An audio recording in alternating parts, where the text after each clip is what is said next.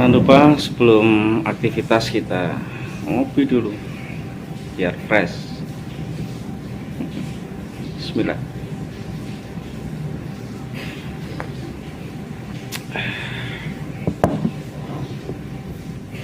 Petani. Jadi wonten TV ini kalau dengan wonten Mas ini panen raya tapi petani jirit. Nah, punya memang bener kan jirit. Assalamualaikum warahmatullahi wabarakatuh. Selamat pagi, salam sehat selalu semua sahabat tani.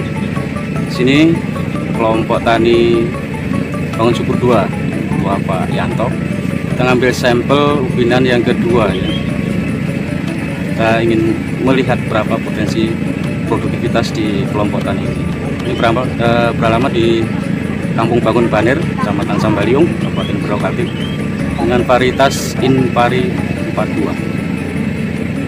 Ini kemarin informasinya kurang pupuk, ya, pupuk subsidi pusat kurang pupuk. Jadi kita lihat seandainya di musim gadu nanti sudah dapat bantuan pupuk hayati atau pupuk organik cair, seperti apa perkembangan potensinya ataupun produktivitasnya itu meningkat. Ya, kita sengaja mengambil beberapa sampel dari kelompok tani supaya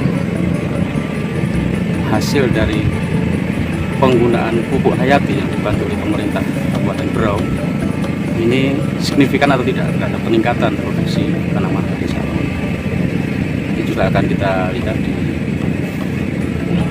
tanaman yang lain, hortikultura, sayur-sayuran, buah-buahan. Mudah-mudahan bantuan yang diberikan oleh pemerintah Kabupaten Berau ini bisa bermanfaat, bisa menyelesaikan masalah susahnya petani mendapatkan pupuk. Oksigen tanah. Nah ini mungkin Bapak Ibu sekalian yang kuliah di pertanian maupun kimia mungkin sudah lupa ini padahal ini semester 2 kalau tidak salah. Iya. Bahwa proses nitrifikasi atau proses jeratan nitrogen dari urea yang kita berikan itu tidak langsung dijerat oleh tanaman, harus diubah dengan katalisatornya adalah bakteri nitrifikasi, yaitu Nitrosomonas dan Nitrobakter yang merupakan bakteri hidro. Bulan-bulan ini mulai mereka jadi validasi tahun itu benar-benar yang, tapi kalau untuk padi itu lebih besarnya itu di padi gunungnya Pak, di lahan keringnya. Jadi kalau berbicara padi sawahnya saja, padi kalau kita secara umum berbicara padi itu mungkin lebih fokusnya padi sawah dengan jumlah yang kecil ya Pak ya. Tapi terbesarnya itu ada di padi ladang. Dan sebelum saya bertanya Pak, sedikit kami menginformasikan terkait dengan kondisi wilayah kami di Kecamatan Kali Sayang, bahwa kami di sana itu sentral jagung. Kalau Mbak Anggi mungkin mewakili di padi, mungkin saya akan ngomong tentang jagung. Jagung wilayah kami Pak, berapa kali gubernur juga melaksanakan tanam perkenan dan panen. Artinya di sana wilayah kami juga tidak kontribusi untuk produksi jagung, Kabupaten Berau dan Provinsi Kalimantan Timur. Seiring perjalanan memang jagung saya memang cukup luas Pak, mulai tahun 2001 ke bawah. Nah, mulai tahun-tahun ini kita bersaing ketat dengan komunitas sawit. Ya memang saat ini memang sawit sangat menggoda sekali, bahkan PPN kadang-kadang juga hampir tergoda juga Pak.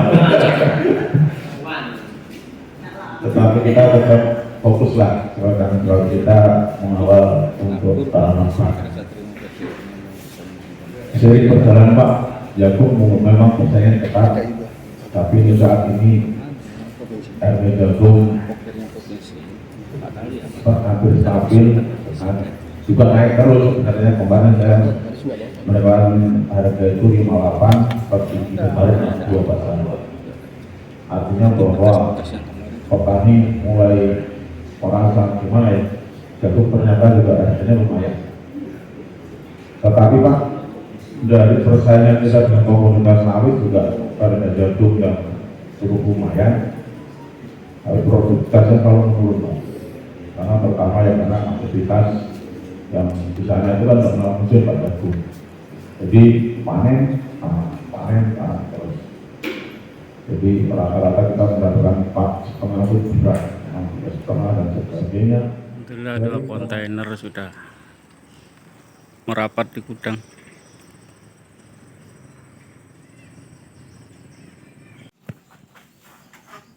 Pengambilan sampel oleh petugas PPC.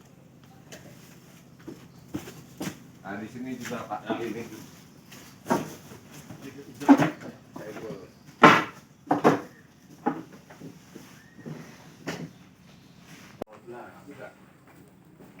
Sampel diambil secara acak random.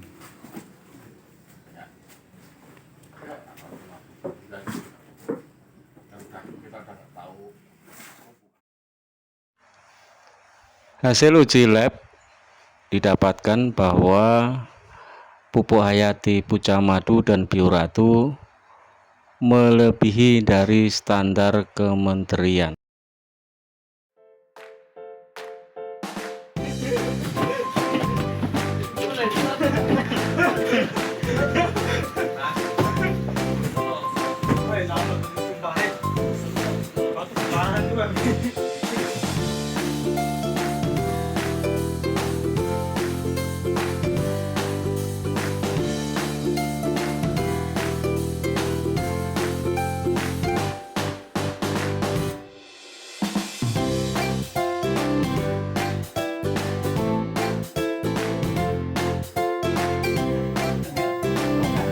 Ya, rata Pak. Di antara sela-sela tanaman kan ada sela-selanya.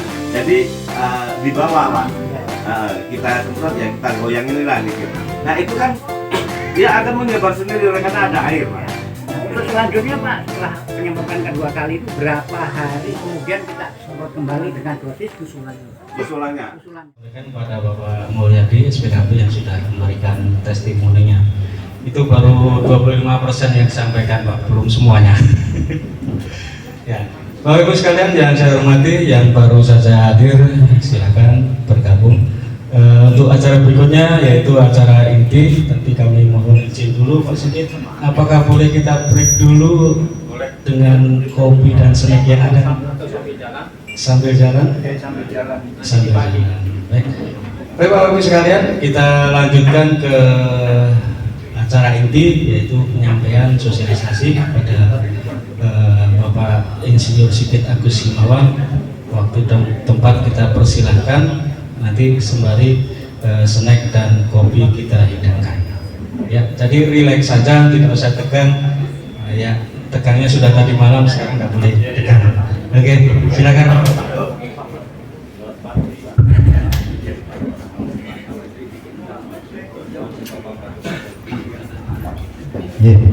Bismillahirrahmanirrahim.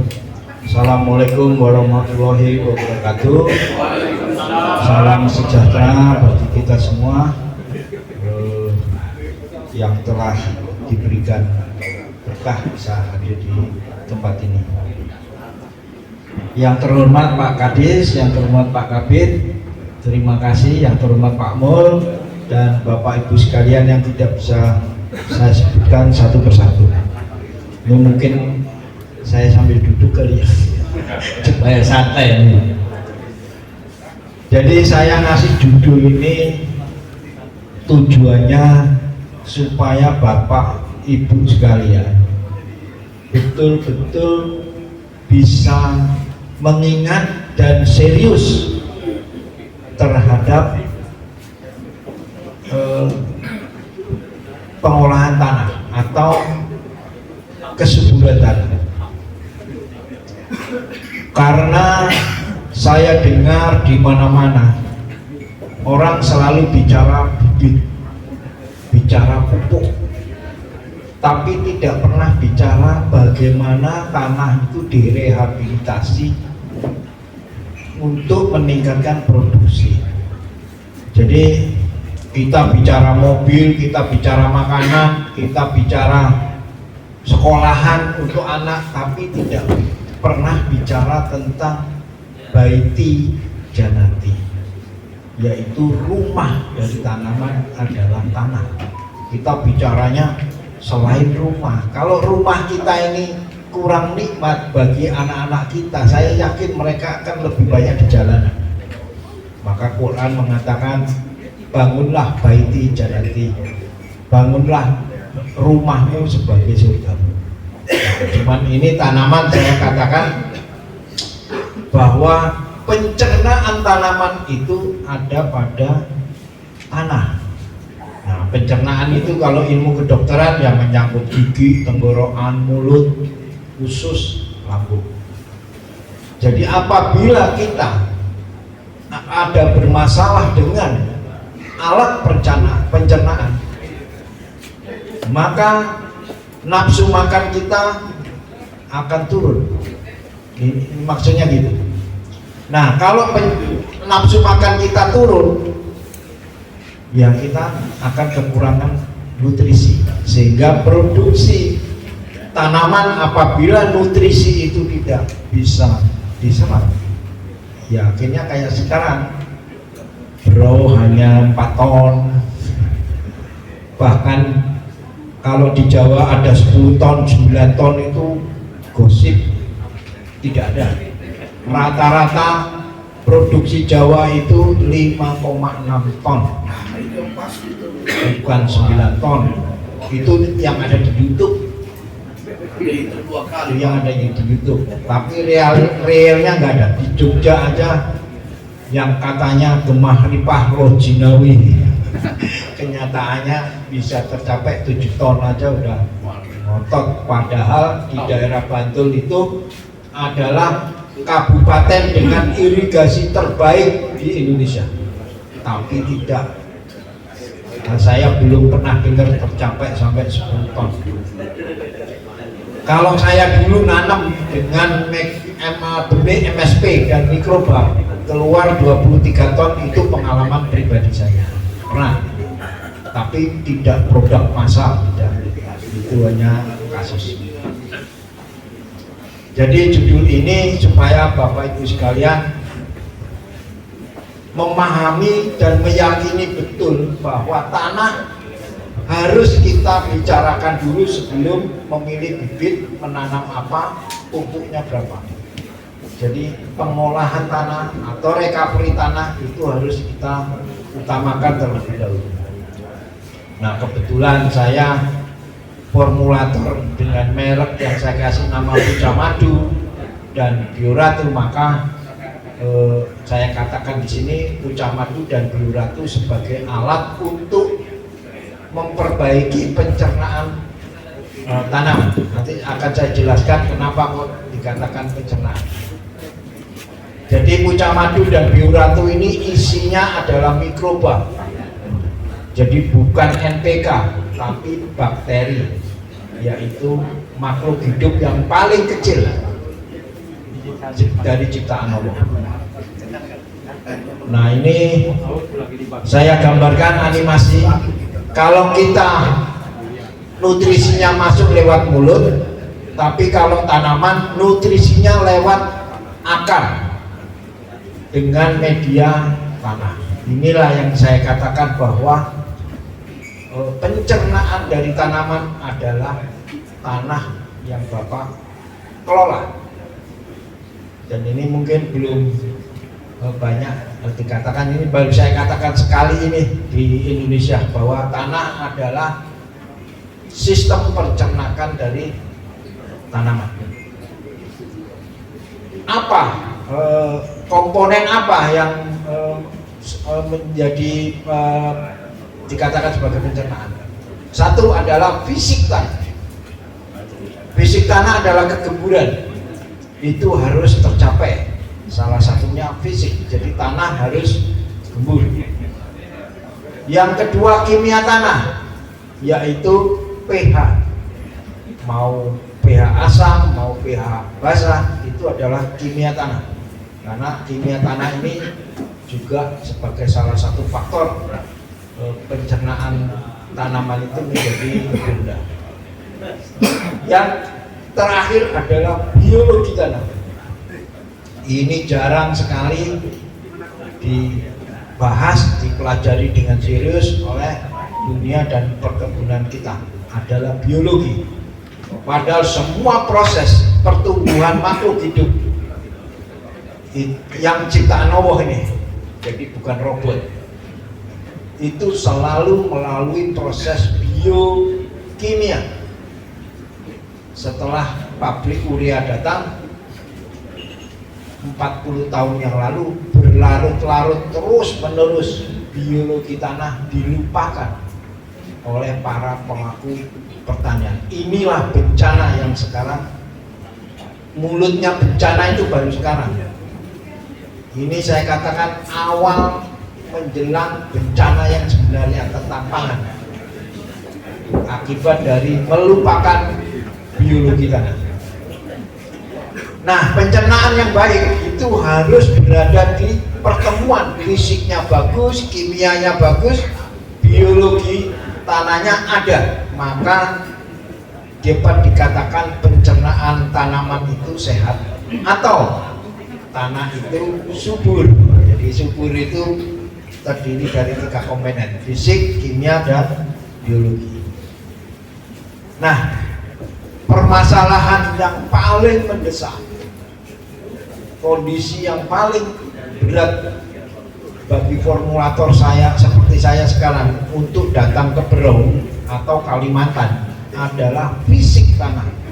Jadi tanahnya ini keras. Ini saya gambarkan di Ekstambang. Jadi saya anggap tanah di Berau ini saya asumsikan bekas tambang, di mana tanahnya keras dengan kandungan pasirnya 45%. Jadi tanah lahan Bapak ini 45% rata-rata kandungan pasir. Yang kedua 40% debu. Yang ketiga baru tanah liat, lempung. Inilah yang menyebabkan tanahnya itu keras. Sehingga kemampuan menyimpan air itu rendah. Jadi kalau hujan itu seperti lumpur yang lengket, tapi kalau tidak kena air atau kering, tanahnya itu keras. Ini karakter dari tanah yang keras. Nah, sehingga kemampuan menyimpan air juga rendah. Jadi perbedaan antara pasang surut, kalau lagi pasang itu lengket, kalau pada saat kering ini keras. Kemampuan menyimpan nutrisi atau NPK, maksud saya nutrisi itu NPK, itu ada rendah sekali, sehingga Bapak pupuk kimia berapa saja itu yang diambil tanaman sedikit. Nanti akan saya ceritakan sedikit tentang itu. Jadi pupuk yang diberikan dalam bentuk NPK atau urea itu sedikit sekali yang dinikmati oleh tanaman, sisanya hilang. Terus pori-pori tanah sangat kecil, jadi kandungan udara di dalam tanah itu rendah sekali dan sulit ditembus akar. Makanya produksinya rendah karena mulutnya sedikit, otomatis nutrisi yang bisa masuk juga sedikit. Yang kedua permasalahan ini saya waktu kunjungan di Kukar.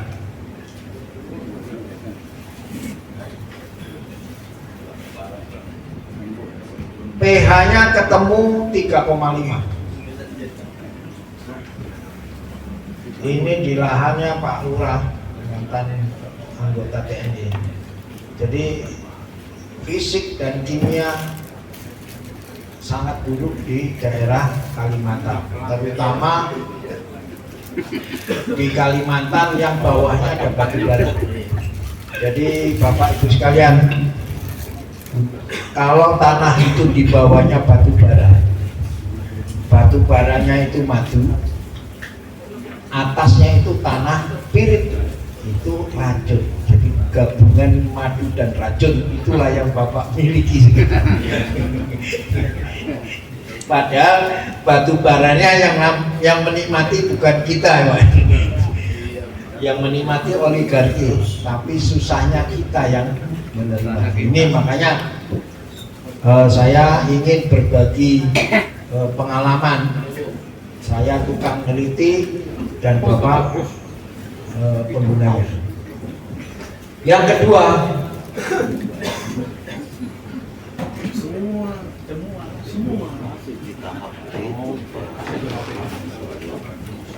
saya cerita sedikit, saya mohon maaf Pak Kabid, saya harus sedikit detail. Saya berusaha bagaimana buat materi ini supaya Bapak Ibu petani ini bisa mengerti bahasa saya. Kadang-kadang kesulitan saya itu menyampaikan analoginya gimana itu supaya Bapak Ibu petani ini bisa menerima. Makanya saya berusaha menyadarkan mengapa tanah harus gembur. Ini kadang-kadang kita melakukan tapi tidak mengerti maksud daripada tanah harus digemburkan supaya tanaman itu tumbuh dengan baik. Nah, ini saya gambarkan simulasi kalau tanahnya keras,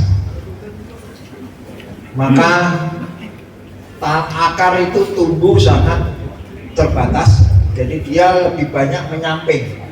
Nah, kalau sudah menyamping berebut sama tetangganya, ini akhirnya terjadi perebutan.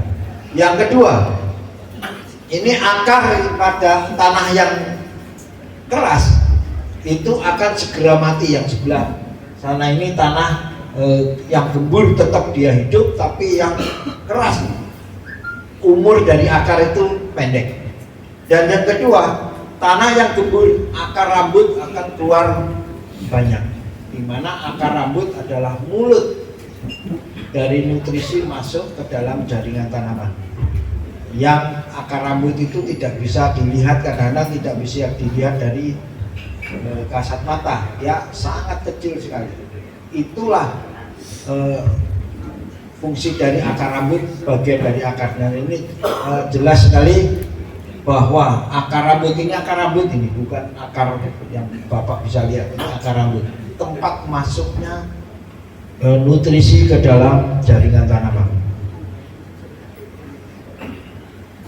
Nah, ini gambar saya tunjukkan tanah gembur dan tanah keras. Kalau tanah keras itu tidak ada pori-pori udara, jadi kandungan oksigennya rendah dan juga air tidak tersimpan, dia langsung aja hilang, tidak bisa menjadi tandon. Tapi kalau tanahnya gembur, dia bisa menyimpan udara dan air. Nanti saya sampaikan kenapa harus ada oksigen. Yang kekonyolan kedua adalah penggunaan pupuk nitrogen. Jadi Bapak Ibu sekalian, seperti yang dikatakan Pak Demul tadi, bahwa urea tidak bisa langsung dimakan oleh tanaman setelah kita aplikasi, tidak bisa. Ini prosesnya. Ini urea ditabur harus dirubah menjadi nitrit. Gak apa-apa, Bapak dengerin aja. Nitrit dari urea menjadi nitrit itu harus ada mikroba. Makanya saya katakan tadi bahwa pertumbuhan tanaman itu selalu biokimia. Ini buktinya. Jadi urea maupun ZA maupun M yang ada di NPK tidak bisa langsung dimakan oleh tanaman, tapi harus dirubah menjadi nitrit, dibantu oleh mikroba namanya Nitrobakter. Ini ciptaan Allah yang sudah ada di tanah maupun air sumur. Makanya kalau terkena kapurit oleh pengolahan PDAM, maka populasi dari Nitrobakter juga akan berkurang. Makanya tidak disarankan air PDAM dipakai untuk mengairi sawah. Di samping mahal, juga teknisnya nggak benar. Karena ini kira-kira begitu. Nitrit tidak serta-merta dimakan oleh tanaman, dia harus dirubah menjadi nitrat oleh Nitrobakter. Maka Makanya Nitrosomonas dan Nitrobakter adalah sebutan dari bakteri nitrifikasi. Jadi tidak sesederhana yang Bapak kita pikirkan bahwa urea diberikan langsung dimakan oleh tanaman jadi daun, jadi batang, jadi akar. Tidak, dia melalui proses biokimia. Sehingga apabila populasi bakteri di tanah itu rendah, maka urea maupun ZA yang Bapak berikan banyak hilang. Nah, di sini saya gambarkan hilang. Makanya subsidi diberikan berapa saja oleh pemerintah tidak akan cukup selama kesuburan tanah kita terus menurun. Jadi suburnya turun, kebutuhan urea naik. Dan sampai kiamat pun tidak akan cukup kebutuhan subsidi. Ini karena hilang karena populasi atau jumlah mikroba di tanah itu sangat minim. Nah, ini saya gambarkan reaksinya. Jadi urea untuk menjadi nitrit dibutuhkan O2, oksigen. Demikian juga nitrat. Maka faktor kegemburan tanah menentukan, karena Pak, oksigen hanya bisa disimpan oleh kantong-kantong udara atau pori-pori udara di dalam tanah. Kalau tanahnya keras karena mengandung debu 40%, maka kandungan oksigen di dalam tanah Bapak sangat minim, sehingga urea banyak hilang daripada dimakan oleh tanaman. Jadi ini Pak Mul jawabannya. Jadi puca madu maupun biola itu adalah mengurangi kehilangan atau meningkatkan efisiensi. Makanya dapat 4 ton, yaitu karena ini. Nah, ini saya berikan ilustrasi. Urea yang Bapak berikan hanya diserap 35 sampai 45 ini di Jawa ini. Ini hasil riset saya. Apalagi di tanah pirit mungkin diserap banyak 20-25%. Makanya ini perlu ada penelitian yang pasti. Sisanya hilang. Ini yang tidak pernah kita sadari, bahwa kesalahan bukan pada alam, tapi kesalahan kepada kita. Diberikan akal oleh Allah, tapi kita tidak pernah menganalisa sampai sejauh ini. Makanya saya mengajak Bapak Ibu sekalian, ayolah menjadi pengusaha tani, jangan jadi petani. Kalau petani itu tanamannya bagus, produksinya jelek, itu nggak peduli, yang penting tanamannya bagus. Tapi kalau pengusaha tani itu selalu menghitung, saya modalnya berapa, jualnya berapa, untungnya berapa, bisnis. Kalau petani kita, yang penting hijau, mau gabahnya itu gabuk, mau produksinya 2 ton, yang penting bagus. Itulah petani. Seperti petani gelombang cinta. Gelombang cinta itu kan yang penting daunnya gede, tapi kan dimakan apa? Nggak bisa makan. Inilah, ayo kita menjadi pengusaha tani, bukan menjadi petani. Kalau bahasa Jawa, zaman dulu ada kata-kata, ini bahasa Jawa nih, montor gilap, montore Cino, geger gilap, gegere wong Jowo. Pengusaha Cina itu kan rata-rata pengusaha, mobilnya mengkilap. Nah, rata-rata zaman dulu orang Jawa itu petani, jadi yang mengkilap adalah gegere. Iya Bapak, itu istilah kuno zaman saya masih kecil. Montor gilap, montore wong Cina, geger gilap, gegere wong Jawa. Karena kita petani, bukan pengusaha tani. Makanya ayo Pak, kita menjadi pengusaha tani, bukan jadi petani. Ini adalah saya gambarkan bahwa kalau tanah itu gembur, jadi tanah pirit itu gembur, maka mudah menyimpan oksigen karena pori-pori tanah banyak terjadi. Apabila oksigen cukup, maka mikroba tanah itu otomatis berkembang biak karena bakteri tanah itu membutuhkan oksigen di dalam hidupnya. Jadi benar-benar ini simbiosis. Terus bisa menyimpan air. menyimpan air karena tanahnya gembur. Ditambah lagi akar bisa berkembang vertikal, tidak berkembang horizontal, sehingga ruangan mencari nutrisi, mencari makanan itu ke bawah, tidak berebut dengan tetangganya. Nah, memang nenek moyang kita sudah ngajari sebelum bertani menanam kita mesti nyangkul. Yang berikutnya selain mencangkul dengan bajak binatang, yang terakhir dengan menggunakan traktor. Akan tetapi dengan cangkul kita hanya efektif menggemburkan tanah 15 cm, hanya 15 cm. Dengan kerbau atau sapi hanya 25 cm. Dengan traktor hanya 30 cm. Padahal tanaman tomat saja saya gambarkan itu 60 cm.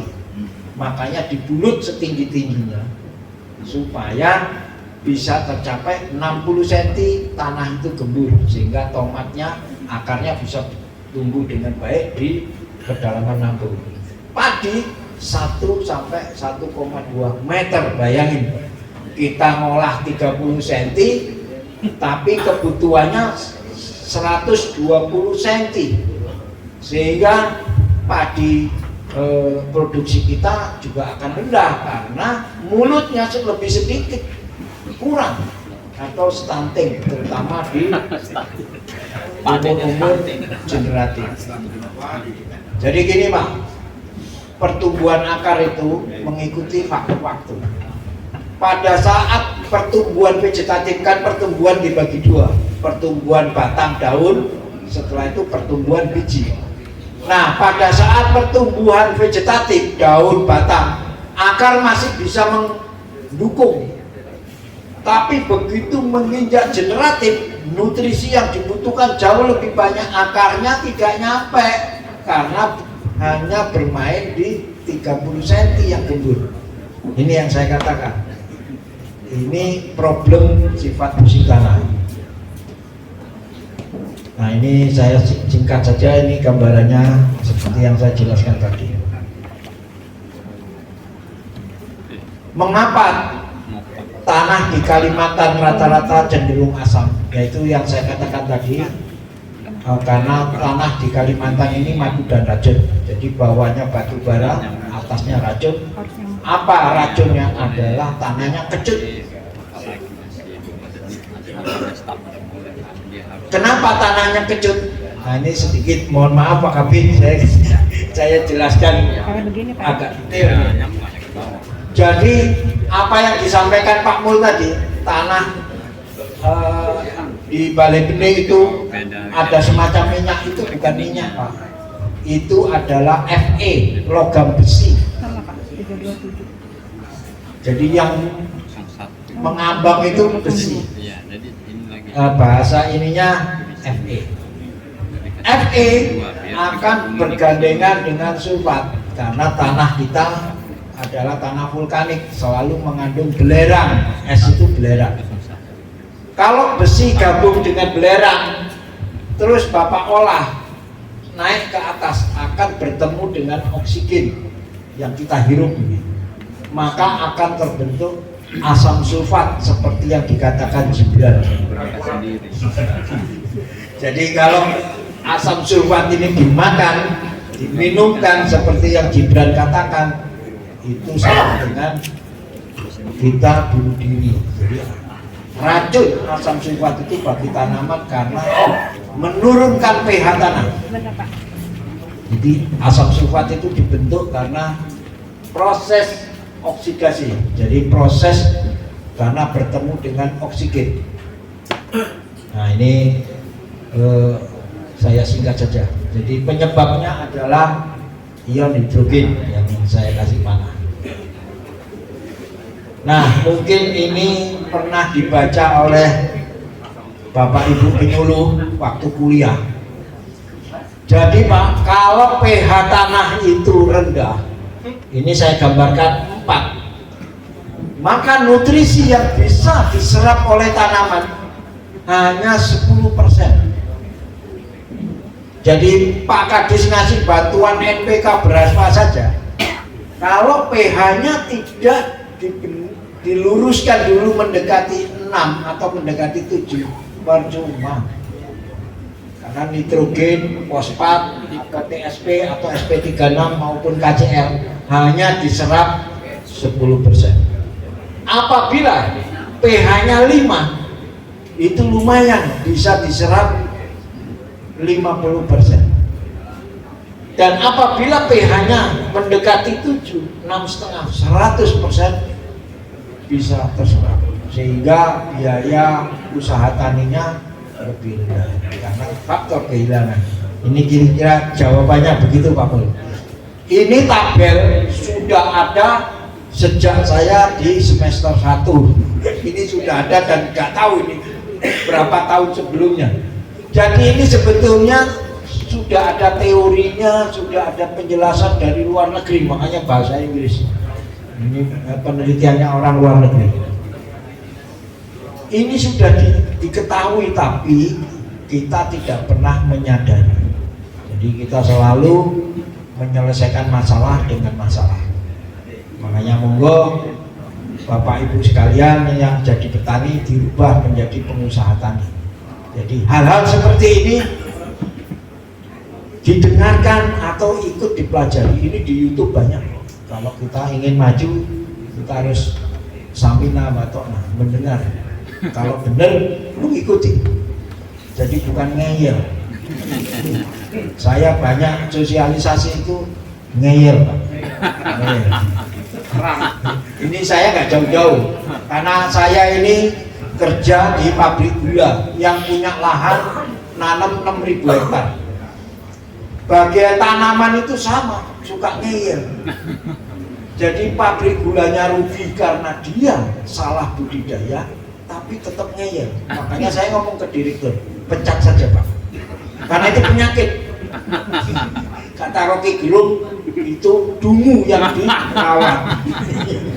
Jadi saya mohon Bapak Ibu sekalian supaya siam saya ini betul-betul bisa lurus kepada Allah untuk memberikan berbagi pengalaman bahwa belajar itu tidak ada. Oh, siap. Jadi tidak ada batas usia. Ini contoh nih. Yang kedua adalah SP36 ataupun P dari NPK. Itu tidak bisa juga langsung diserap oleh tanaman. Dia harus dibantu sama air dan mikroba. Makanya Bapak kalau habis pupuk P yang SP36 maupun NPK sebaiknya segera disiram atau dibasahi, karena P itu tidak bisa langsung diserap oleh tanaman tanpa ada air dan bakteri pelarut fosfat. Nah, bakteri pelarut fosfat itu sama Allah sudah diberikan di tanah di mana saja. Bakteri pelarut fosfat ini selalu ada.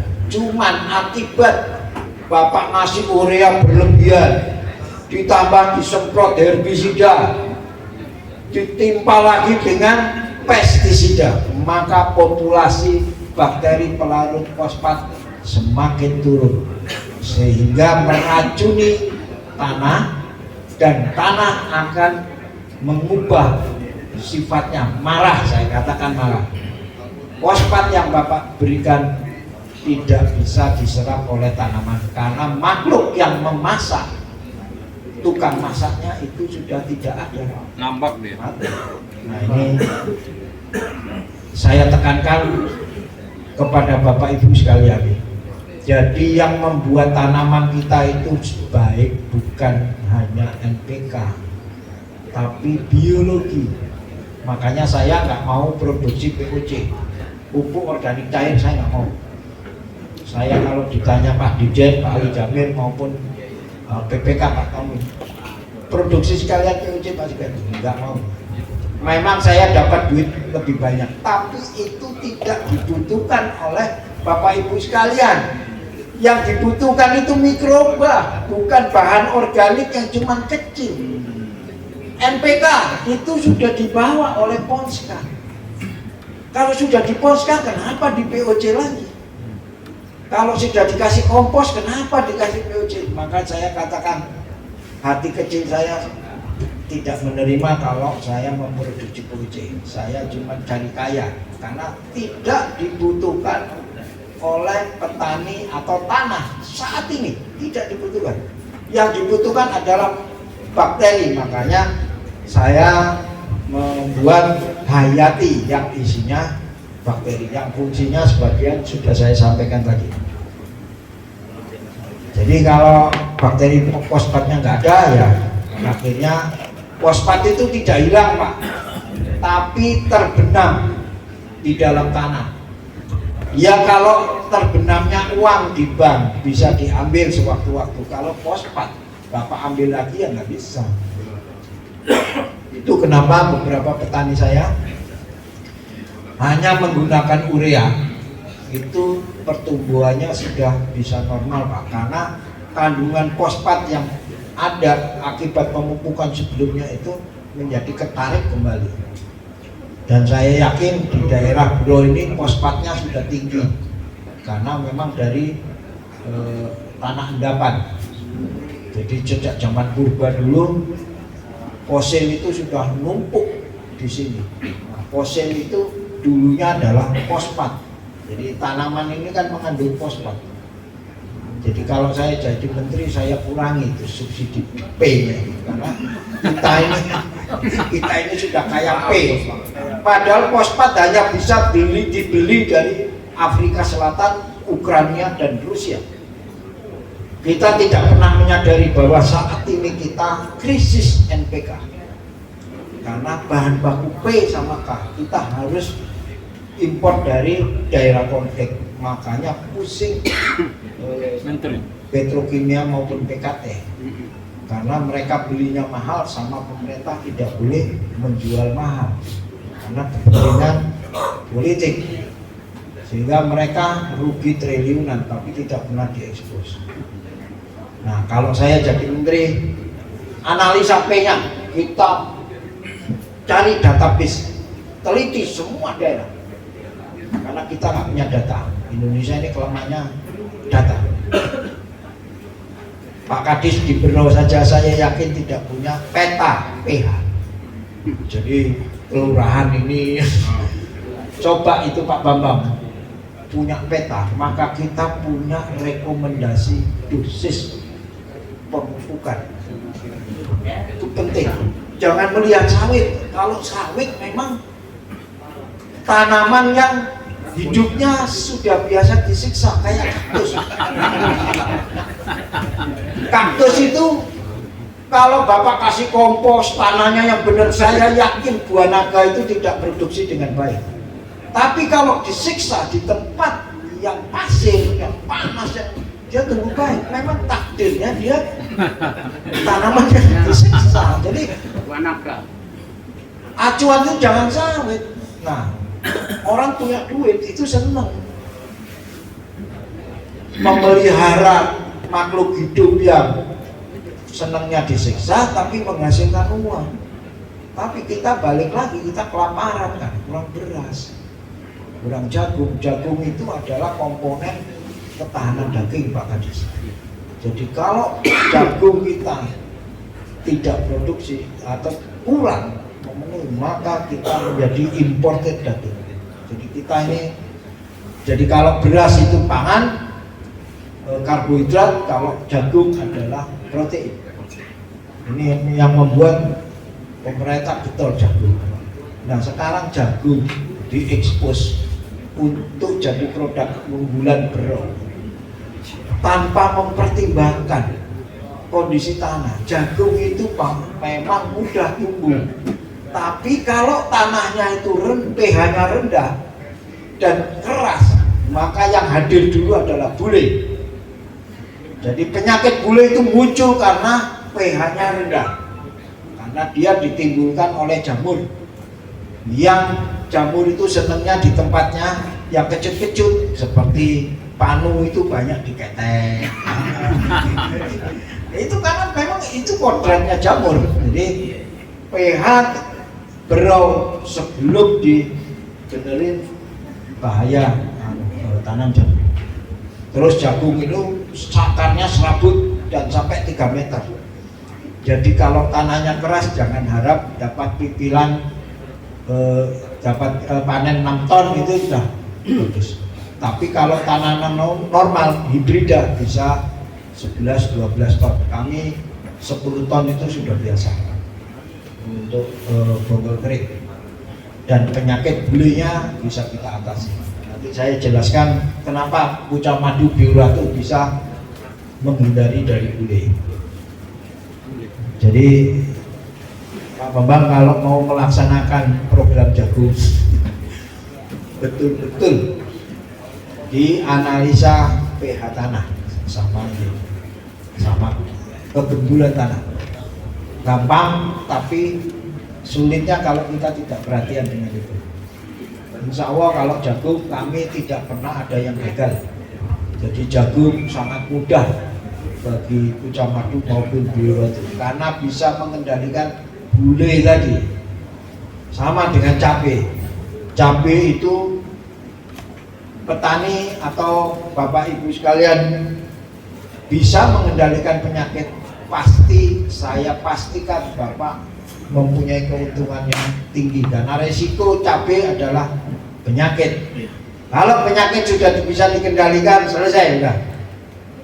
Walaupun nanti mahal, nanti murah, kapan mahal, kapan murah, nggak ada masalah.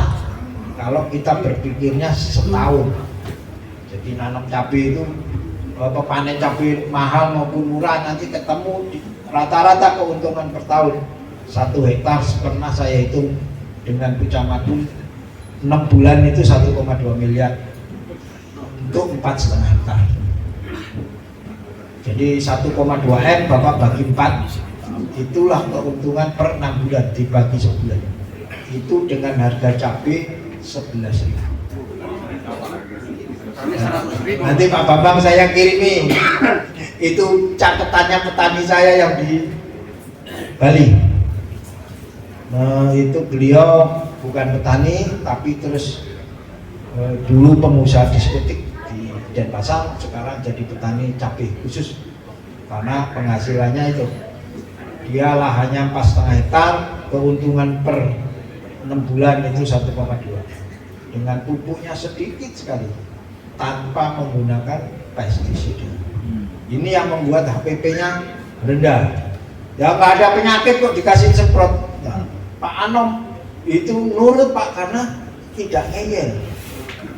Pak Anom kalau tidak ada kasus jangan disemprot. Karena nyemprot itu kalau ada kasus.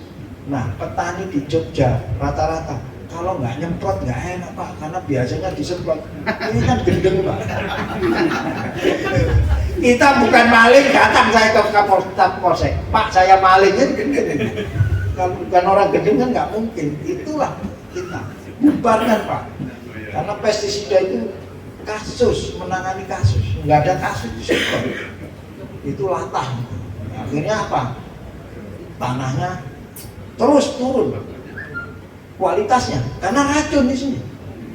Tambah tahun residu terus ditumpuk residu tanpa disadari produksi kita rendah. Nah penyakit itu sama dengan kita makhluk hidup yang bisa beradaptasi.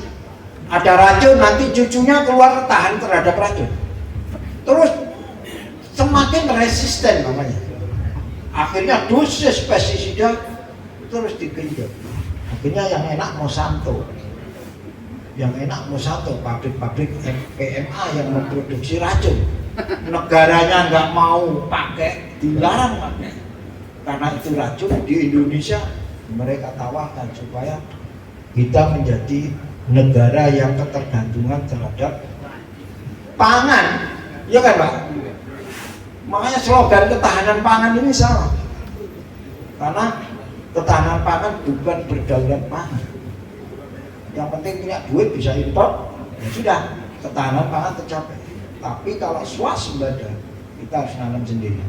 Saya yakin kalau Bro tidak siap-siap, IKN sudah berdiri dan orangnya banyak, sudah inflasi di sana nggak jauh dari Jakarta yang per bulan katanya 14 juta kebutuhan hidup di Jakarta itu karena inflasi. Nah, kalau Bro tidak segera ikut mendukung lumbung pangan, IKN permasalahan Jakarta pindah ke ini, ke IKN. Untuk pemerintah, pejabat-pejabatnya ya sibuk. Kemarin ketemu Pak Jokowi aja, saya lagi naik pesawat, beliau mendarat, turun lagi Pak, disuruh turun mengunjungi IKN karena stres kalau IKN nggak berhasil, nggak tahu. Nah sebetulnya di Kukar ini saya ambil di Kukar ini, menaikkan PH itu sudah dengan kapur. Bahkan APBD-nya tahun kemarin 12 miliar beli kapur. Saya katakan kapur itu menyelesaikan masalah dengan masalah. Karena waktu habis di aplikasi kapur diukur pH naik, tapi begitu habis mau panen diukur pH-nya balik lagi. Nah kemana kapurnya? Karena tanahnya keras dikasih kapur, begitu kena hujan atau disiram kapurnya pergi. Ini tapi ya gimana ya? Saya jelaskan yang naikkan pH itu harusnya mikroba, karena mikroba itu tidak bisa larut. Kalaupun larut dia beranak lagi karena hidup. Kalau kapur kan nggak beranak lagi Pak. 12 miliar tiap tahun Pak Bambang dibuang hanya karena itu. Nah ini saya gambarkan nih, tererosi karena tanahnya keras. Bapak juga gitu, kalau mupuk nggak ditugal, di lahan kering nih misalnya jagung, tidak ditugal, diawur aja di atas, itu hujannya kuasa alam pergi.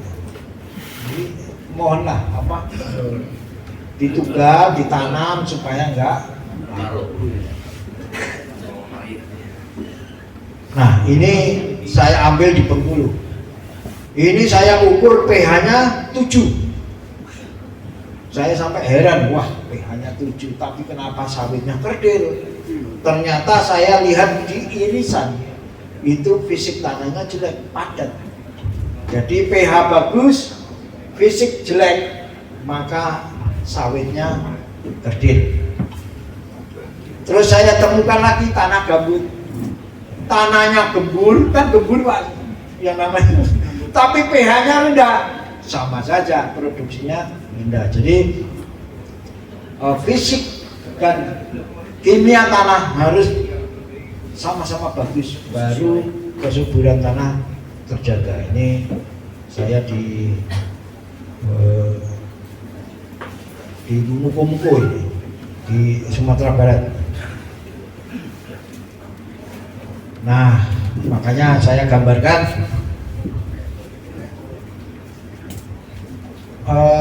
bapak-bapak ibu petani itu sama dengan ngambil ember air dengan embernya yang bocor kayak gitu. Jadi NPK, N-nya, P-nya, K-nya ya sudah tumpah gitu. Ini kesimpulan dari apa yang saya sampaikan. Nah ini bisa saya buktikan dalam bentuk hitung-hitungan Pak Kadis yang di lahan Balekne yang dilakukan Pak Dimul. Awalnya itu saya dapat laporan Pak Bandimul bahwa produktivitasnya hanya 4 ton per hektar, itu GKP. Pupuknya 150 dan 250, jadi ureanya 150, NPK 15-nya 250, bener Pak Mul ya? 16. Nah produksinya itu 4 ton. Setelah saya hitung, ternyata yang hilang N-nya 26%. Jadi nitrogen dari urea maupun dari NPK hilang 26%, tidak bisa dimakan sehingga produksinya hanya 4 ton. Harusnya 7,5 ton. Dari mana dengan dosis yang sama? Itu harusnya 7,5 ton. Kenapa? Karena N-nya hanya hilang 8%. Ini yang sudah saya kopiin ke Pak Bambang ya, hitung-hitungan ini.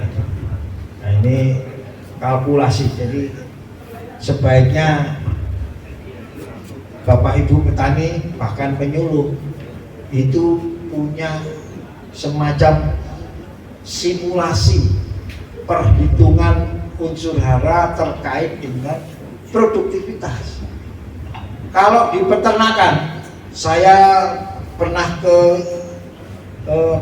Danau Paduk di Purwakarta.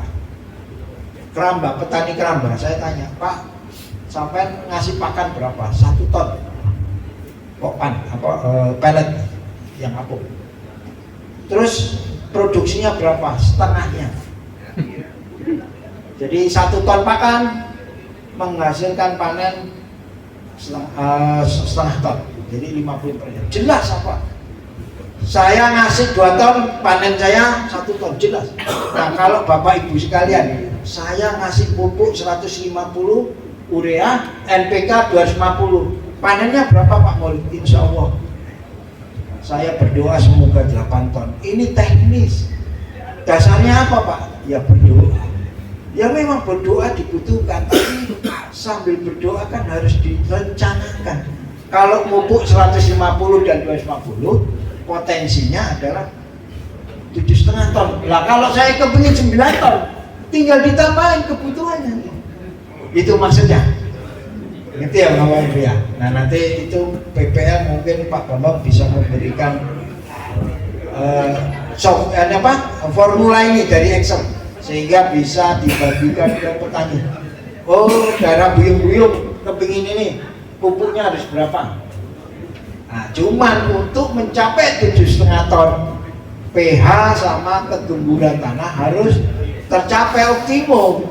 Nggak bisa, makanya Pak Mul baru mencapai 7,5 ton kalau nggak salah 3 kali putaran. Jadi kalau 3 kali panen ya setahun pakai kucak madu terus menerus dari 5,4 awalnya 5,4 6,1 terakhir 7,5. Ingat saya gitu. Jadi sudah terlihat bahwa bisa dihitung. Nah ini Bapak Ibu sekalian, inilah pabrik kucak madu yang milik Keraton Jogja. Jadi saya ini abdi dalam, saya adalah abdinya Sultan Hamengkubuwono X. Jadi pabrik kucak madu ada di dalam pabrik kucak madu, pabrik di Jogja milik Keraton.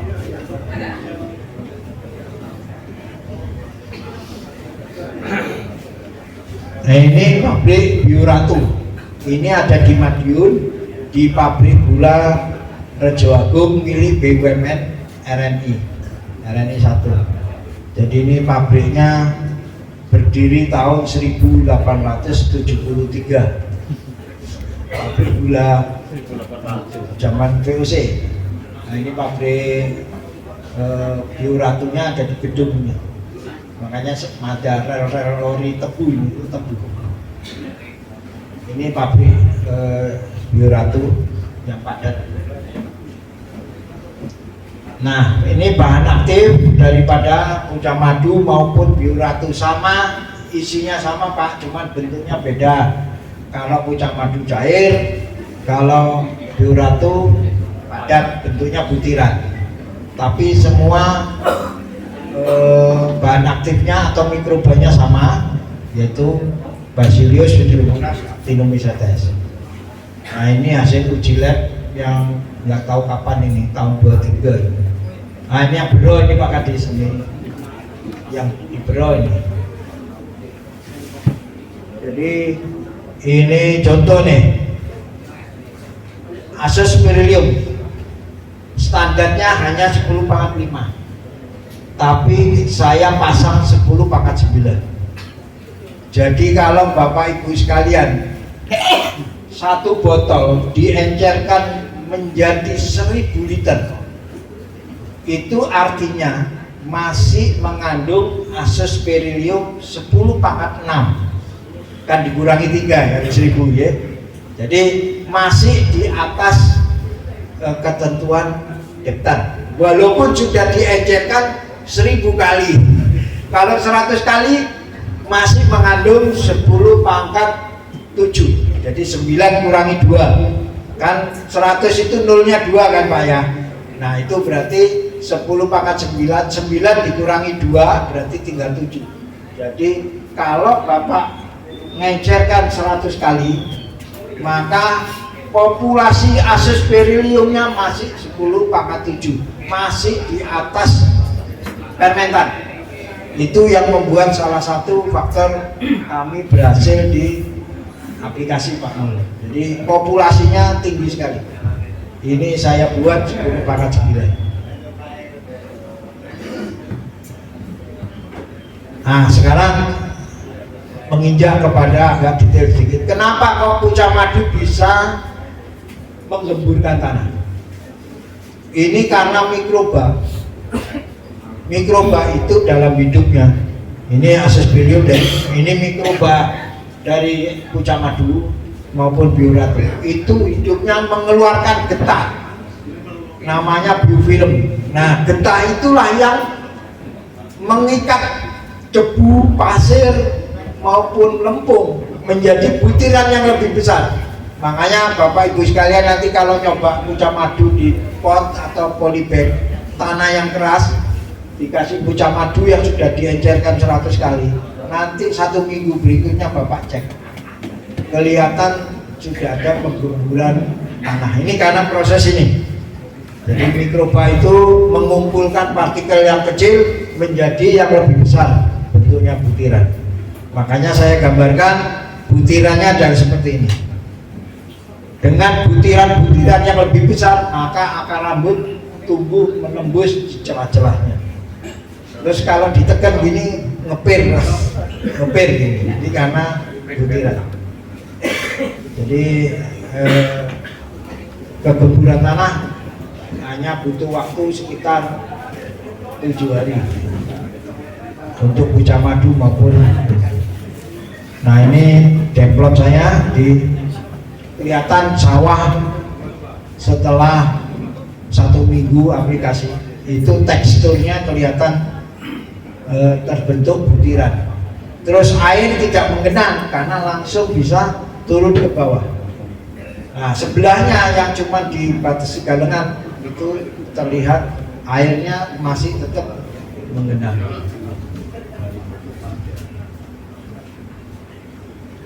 Nah ini yang saya sampaikan tadi malam ini Pak Mul, Aspergillium ini penting. Jadi kalau Bapak Ibu sekalian beli pupuk hayati, saya sarankan pilih yang ada Aspergillium. Kenapa begitu? Ini kan ada mesti, karena pemerintah mewajibkan menuliskan ini isinya apa. Ini Aspergillium. Penting Aspergillium. Karena apa? Aspergillium itu merangsang pertumbuhan akar. Nah, pertumbuhan tanaman di atas akar sangat dipengaruhi oleh pertumbuhan di akar. Nah, ini penting. Makanya hormon yang dihasilkan Aspergillium itu untuk pertumbuhan akar. Jadi gini, hormon itu saya ibaratkan seperti kurir. Jadi kantornya menentukan kamu kirim ke rumahnya Pak Dimul, ini GPS-nya. Nah hormon itu kurirnya yang nganter. Jadi kalau ada perintah tapi hormonnya tidak ada, maka barang itu tidak bisa sampai. Itulah hormon. Makanya hidup kita tidak bisa lebih panjang dari tangan kita atau sebaliknya, karena hormon yang mengantar nutrisi. Nah skenario-nya dari mana? Allah, takdir yang menentukan bahwa hidup bentuknya begini, tapi yang melaksanakan adalah hormon. Upahnya adalah makanan yang kita makan. Itu upah. Ibaratnya begitu. Kira-kira Bapak Ibu mengerti ya maksud saya. Jadi upahnya adalah nutrisi. Jadi tanaman itu bisa tumbuh karena pekerjaan hormon yang upahnya adalah NPK, nutrisi. Ini Aspergillium. Makanya nanti jangan kalau umur 1 bulan Bapak cabut yang pakai sama tidak. Kalau ingin membuktikan apa yang saya sampaikan, itu akar yang kontrol akan jauh lebih sedikit akarnya dan lebih pendek. Ini karena pekerjaan dari asus beryllium. Sehingga kalau akar itu lebih banyak, maka kalau untuk tanaman padi jumlah anakan produktif akan lebih banyak karena topangannya ada. Jadi penting akar itu lebih maksimal supaya jumlah anakan yang keluar malai itu lebih banyak. Yang kedua, nutrisi pada saat bunting itu betul-betul bisa terisi penuh karena masuknya nutrisi itu pintunya banyak sehingga berasnya menjadi bernas, gabahnya menjadi bernas. Makanya kalau pakai kuca madu itu gabahnya akan bernas. Nanti dianalisa mungkin oleh dinas yang pakai kuca madu berapa berat per 1000 butir dibanding dengan kontrol, itu untuk memastikan brokernya berapa waktu digiling. Karena saya yakin dengan pH 3,5-4 males makan beras yang ditanam di sawah yang pH-nya rendah, mesti nggak enak karena broken, beras kepalanya sedikit. Tapi kalau sudah terkondisi dengan akar yang banyak maka bernas, Pak. Jadi kalau Bapak giling nanti terasa, bobot aja terasa. Biasanya 43, yang pakai kuca madu bisa 56 dengan karung yang sama. Itu artinya berat per 1000 butir lebih banyak dan lebih bernas. Maka kualitasnya nanti menjadi premium. Juga ditunjukkan di tanaman holti bawang merah di Bangli. Ini kami keluar 25 ton askip kering per hektar dengan benih Bali karet. Ini menunjukkan asus beryllium bekerja untuk menumbuhkan umbi bawang merah. Jadi tidak ada yang tidak mungkin Bapak menanam bawang merah di Berau untuk kebutuhan Berau sendiri. Saya yakin bisa. Nah ini di lahan pasir saja. Kalau Pak Kadi sudah pernah saya ajak ke lahan pasir. Kalau tanah Bapak ini masih saya anggap belum apa-apa dibanding di petani binaan kami di pesisir Samas. Pasir 100% tidak ada clay. Menjadi sentra hortikultura, yaitu tanaman bawang sama cabai. Karena selain itu tegakannya tidak kuat, anginnya besar, tanahnya pasir, jadi yang bisa hanya bawang merah sama cabai. Ini di sana sudah jadi sentra. Kemarin Pak Bambang, Pak Mul, saya ajak ke tempat lelang cabai. Jadi di sana tidak bertengkar Pak dengan harga. Hasil dari petani dikumpulkan di lelang kelompok. Nanti pembeli dari Jakarta, dari Lampung datang membuka arisan itu. Jadi akhirnya harga itu tidak berebut antar petani dan tengkulak tidak datang langsung ke petani, tapi di tempat lelang. Seminggu 2 kali pelaksanaan lelang, dan di sana lelangnya per lelang 250 juta. Ini Pak Wong ya. Fair mereka tulis di papan. Fair. Nah ini saya harapkan di sini bisa terbentuk seperti itu sehingga petani harganya tidak dipermainkan oleh tengkulak adu domba harga. Kalau sudah ada lelang tidak ada adu domba. Ini kami keluarnya di lahan pasir. Jadi tanamannya yang kemarin itu lahan pasir semua Pak Mul, karena nggak ada di sana yang normal, pasir semua. Ini yang ketemu di ketemu di tempat lelang. Nah, ini yang lebih penting juga penting bahwa puca madu dan bioratu itu mengandung bakteri Bacillus sp yang berfungsi sebagai biopestisida. Jadi bisa menghindari penyakit. Misalnya nih, kalau di tanaman padi di sawah itu kresek itu awal-awal datang itu kresek ini luar biasa. Kalau dibiarkan menjadi gabuk, jadi kresek yang tidak ditangani maka terakhirnya nanti gabuk, banyak gabah yang gabuk. Nah ini Pucak Madu saya sama Bioratu saya tempatkan Bacillus sp untuk menghindari penyakit. Makanya saya sarankan Bapak jangan nyemprot karena latah, tapi nyemprot karena kasus. Kalau ada kasus baru.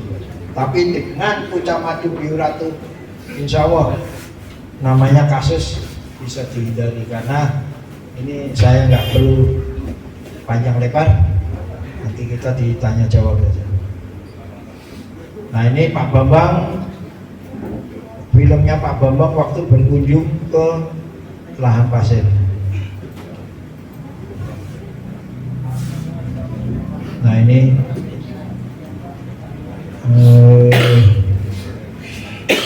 kok nggak bisa dicepetin. Jadi cabenya itu sudah kena penyakit, nanti Pak Bambang bisa nyampaikan. Daunnya ngeriting, ngetrip, tapi buahnya tetap seperti tumbuh normal. Itu karena Bacillus sp. Nanti Bapak Ibu sekalian bisa buktikan. Ini nggak bisa dicepetin ya kalau bisa.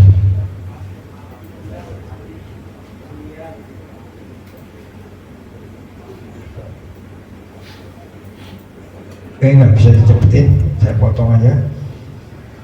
Nah ini saya tak minum sebentar. Jadi ini tanah yang di tempat Bapak itu pirit seperti yang saya katakan tadi.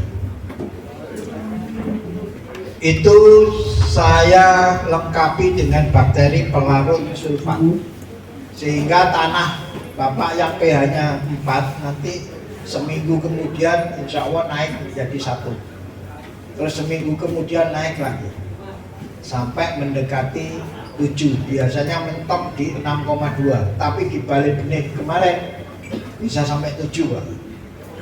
Bisa sampai 7, atau artinya betul-betul karena sudah setahun ya 2 kali putaran, jadi bisa mencapai 7. Ini filmnya, ini di balik benih pH-nya sampai 7. Yang berikutnya yang tidak tertulis di sini Pak Kadis, Actinomycetes ini tidak kami cantumkan di sini, tapi ini mengandung Actinomycetes untuk menghadapi tekanan lingkungan. Jadi misalnya kebanjiran, insya Allah masih bisa bertahan dengan Pucak Madu. Ini karena pekerjaan Actinomycetes.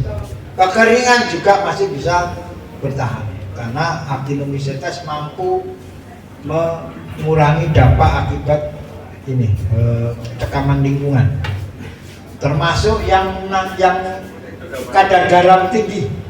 Kadar garam tinggi itu bisa ditangani dengan Actinomycetes. Jadi TCL-nya itu turun. Itu terbukti di Samas kan. Walaupun kadar garamnya cukup besar karena pinggir laut cuma 10 meter dari laut, itu karena pekerjaan Actinomycetes.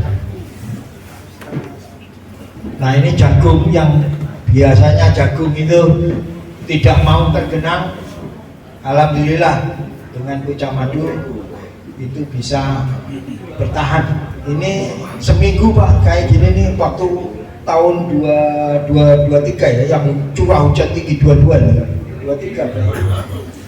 ini di Madiun itu. Ini masih bisa bertahan. Makanya tanaman tebu yang tidak tahan terhadap genangan, tanaman kami tidak ada masalah, karena itu tadi pekerjaan Actinomycetes bisa ini menambah daya tahan terhadap jekaman. Nah berikutnya yang paling menarik bagi yang punya buah-buahan itu adalah hormon florigen. Jadi Pucak Madu mampu merangsang bunga, Ini jeruk di Bali itu akhirnya pentilnya banyak keluar, pucuknya banyak keluar. Nanti kalau Bapak Ibu sekalian punya durian, melengkeng atau buah-buahan yang bertahun-tahun tidak berbuah, aplikasi. Kalau tanamannya besar itu 4 liter. Jadi pucak madu diencerkan 100 kali. Terus hasil pengenceran tiap pohon dikasih 4 liter dengan 4 titik. Jadi 1 lubang 1 liter, 1 lubang. Jadi 1 liter pucak madu mampu untuk 25 pohon. Termasuk sawit yang sudah TM. Sawit cukup 1 liter bisa untuk 25 pohon. Nanti muncul bunga jantan dan betina itu seimbang seks rasionya, sehingga setiap ketiak keluar TBS. Cuman harus sabar karena sawit kan berbulan-bulan. Jadi pengamatannya nanti jadi tajuk, Pak. Tajuk itu yang sudah tertangani oleh ini akan sudutnya 45 derajat. Nah itu sudah ke arah seks rasionya bagus. Ini hormon florigen nanti langsung dicoba. Nah ini dosis, ini variatif. Dari petani saya macam-macam. Ada yang diencerkan segini, tapi saran saya itu biasanya kan nggak ada drum yang nyampur jadi satu. Di sprayer saja itu cukup dengan tutup. Jadi 3 sampai 4 tutup kalau saya itu cukup itu. Sudah. Padahal bantuan Pak Bambang kan 1 hektar 13. Itu artinya Bapak bisa lakukan untuk berulang-ulang. Itu jauh lebih efektif daripada sekali banyak, mending sedikit tapi berulang-ulang. Akhirnya penyakit bisa langsung tertangani terus-menerus. Untuk cabai, Bapak encerkan 100 kali pada saat masih kecil atau sebelum tanam dikocor. Nanti pada saat mau petik, Bapak kocor lagi. Setiap habis petik, Bapak kocor lagi terus. Karena ini mengandung hormon florigen yang merangsang bunga sehingga produksinya terus turun. Jadi nanti tinggal Bapak bosen. Kalau sudah bosan, bongkar. Bukan karena produksi. Inilah yang kenapa 1,2 miliar dengan 4,5 hektar. Karena tidak ada penurunan. Cuman harus Bapak rajin mangkas. Nanti panennya tinggi. Cabangnya kan banyak nih Pak, V-nya banyak kan, tambah banyak, maka tambah tinggi. Nah ini harus, kalau mau setahun, itu kepala saya punya umur 12 tahun, tapi keriting, varietas ori waktu itu, sampai sekarang mertua saya masih panen. Tapi rajin, keras, jadi pohonnya sudah gede kayak tanaman jeruk gitu. Cuman itu harus rajin pruning cabang batang yang ke atas sehingga nanti dirangsang daun yang di bawah muncul lagi V lagi, jadi kayak bougainville gitu begini. Itu kalau cabai. Jadi cabai berbeda, cabai harus setiap habis petik Bapak kocor lagi untuk merangsang bunga. Kalau bawang merah saya sarankan seminggu sekali karena embun pagi ini bawang fusarium. Jadi kalau seminggu sekali biopestisidanya masih full kan, belum sempat ini sudah turun timpa lagi sehingga tidak sempat fusarium itu mengenai bawang merah. Bawang merah itu kuncinya cuma satu, fusarium. Terus kalau itu jagung lebih baik memang sebelum tanam itu dikocor. Setelah itu baru benih. Jadi pucak madu maupun bioratu ini jadi bantalannya. Kenapa? Karena setelah aplikasi kan ini langsung bekerja menggemburkan tanah, meningkatkan pH. Nah begitu tanaman pecah, istilahnya pindah tanam, rumahnya, tanahnya sudah memenuhi syarat untuk mereka tumbuh maksimal. Nah nanti jagung kalau bisa jangan aplikasinya lebih dari 1 minggu setelah tanam Pak. Nanti tidak bisa menghindari bule Karena bule itu munculnya umur 1 bulan, indikasinya sudah masuk di awal pertumbuhan itu, bule itu sudah bisa masuk. Jadi nanti kalau jagung, mungkin nanti kalau memang ada ini, saya detailkan ya Pak Bambang, jagung untuk aplikasinya. Jadi cukup 3-4 tutup itu sudah untuk 16.000 sampai 20 liter di sprayer. Bapak aduk sedikit. Nah, kalau untuk sawah lebih baik sebelum tanam, 3 hari sebelum tanam dan setelah pengolahan lahan terakhir, pengolahan tanah terakhir, itu lebih bagus daripada setelah tanam. Karena ini begitu pindah tanam langsung lilir Pak, langsung lilir kalau aplikasinya sebelum tanam, 3 hari sebelum tanam. Nah, nyemprotnya gini aja sembarang karena dia kan airnya cukup, jadi bisa beranak udah kemana-mana ini. Jadi kalau 1 hektar kira-kira habis 2 liter untuk padi sawah. Apalagi Bapak kalau mau meningkatkan kualitas itu bisa. Jadi Bapak encerkan 100 kali, diternak dulu sampai 3 hari. Di atasnya keluar trichoderma, koloni jamur trichoderma di atas, putih-putih di atas. Nah, itu kualitasnya bisa berlipat. Baru Bapak aplikasi. Bukan karena ya Kak. Iya, kalau saya istilahnya gampang ternak Pak Kadis. Nah, karena kalau difermentasi itu artinya mendekomposisi, ini bukan. Ini memperbanyak populasi. Dengan ditambah saja, ditambah saja gula sedikit aja. Kira-kira 200 liter itu gulanya kira-kira 1 kilo lah. Itu untuk nambah Bacillus sp. Udah, Bapak langsung bisa kualitasnya bisa naik. Nah, untuk pasca tanam itu bisa juga, cuman tidak sebagus kalau pratanam. Ini yang setelah tanam. Ini seminggu ini Pak, seminggu. Kalau bisa jangan lebih 1 bulan. Nanti keluar anakan tidak produktif karena pucah madu merangsang pecah tunas. Akhirnya muncul yang ragil. Jadi sebaiknya jangan lebih dari 1 bulan. Nanti muncul anakan tidak kelihatannya dapurannya banyak, tapi yang keluar mana sedikit. Karena itu tadi muncul ragilnya. Jadi kalau bisa maksimum itu 2 minggu itu sudah terlambat setelah tanam. Nah, ini ngencernya biasa saja, 200 liter dicampur pucah madu 2 liter. Nah, prosedur yang paling tepat itu ditutup tapi dikasih hawa keluar. Supaya apa? Bakteri yang di alam tidak masuk, ikut nimbrung di situ. Ikut main. Nah, ini mesti dikasih lubang angin supaya nggak meletus nih apa? Ini kedorong oleh gas. Nah, kalau sudah muncul kayak gini, ini trichoderma ini Pak. Karena saya lengkapi trichoderma tapi dalam bentuk inak. Nah, ini muncul trichoderma.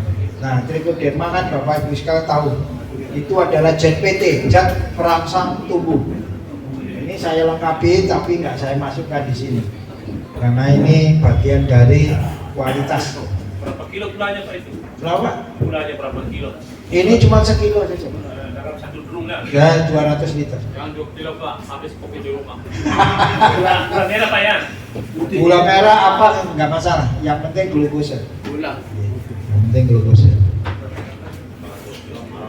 Nah, kalau Bapak punya kotoran kandang, bisa disemprot. Jadi kandangnya disemprot dari cairan yang tadi itu disemprot sebagai agen hayati. nanti Bapak akan mendapatkan kayak Bioratu, pupuk hayati padat. Makhluknya dari Pucak Madu. Karena yang buat satu orang Pak, jadi terserah saya aja.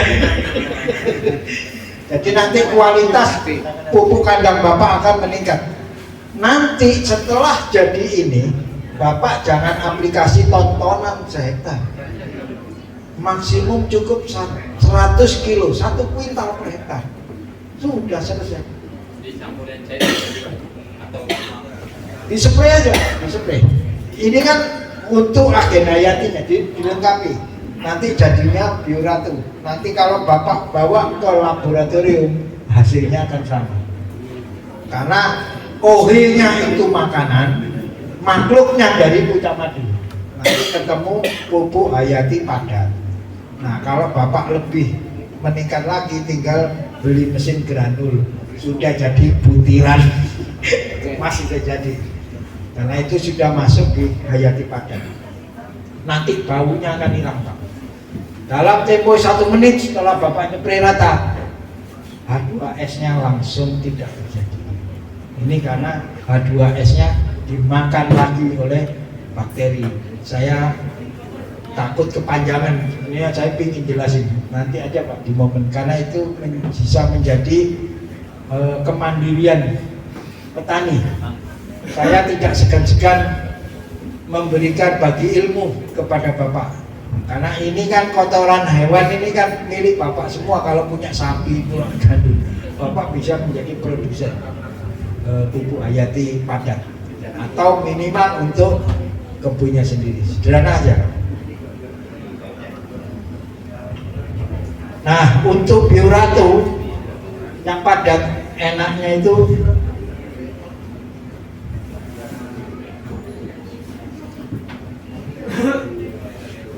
bisa dicampur dengan ini, sayang ini kok enggak bisa. Ini bisa dicampur dengan urea. Jadi Bioratu Bapak campur dengan urea itu bisa. Nah, contoh ini dengan urea, Ponska. Jadi kan ini dosisnya cuma 50 kilo. Kalau Bapak tebar sehektar kan rata nggak ini? 50 kilo kan sedikit ya Pak. Cuma 2 sak dari Bioratu. Maka Bapak oplos dengan NPK. Jadi sekali mupuk, NPK-nya mupuk plus hayatinya mupuk. Jadi cuma sekali jalan.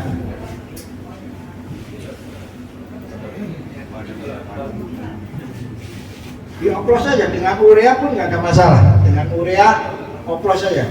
Nah, kalau sudah pakai Pucak Madu maupun Bioratu, seyogianya Bapak mengurangi dosisnya. Kalau saya sarankan maksimal minimal mengurangi 50%. Kalau perlu Bapak kurangi sampai 75%. Karena di YouTube nanti Bapak bisa lihat dari pengalaman petani saya yang saya upload di YouTube. Itu rata-rata pelit 1 hektar cuman Ponskanya pakai 50 kilo. Paling banyak 100 kilo. Jadi karena memang mereka melihat kasus, oh ini pertumbuhannya sudah bagus, ngapain nambah gitu. Jadi bukan kebiasaan. Karena saya selalu memberikan edukasi bahwa kalau memang pertumbuhannya sudah bagus, artinya hara yang ada di tanah sampean itu sudah cukup, ngapain ditambah lagi? Karena ada dampak akibat nitrogen yang berlebihan, mudah lebah. Makanya saya tadi malam ngobrol sama Pak Mul, nanti kalau nyawa yang perlu diperhatikan nitrogennya, mau ZA, mau urea, mau NPK. Karena itu N semakin banyak, brokennya akan semakin banyak. Maka kalau ingin kita membuat beras kepala, jangan banyak menggunakan N. Kalau perlu tidak pakai saja NPK, jangan ZA maupun urea. Karena itu akan jadi bernas, begitu digiling brokennya sedikit.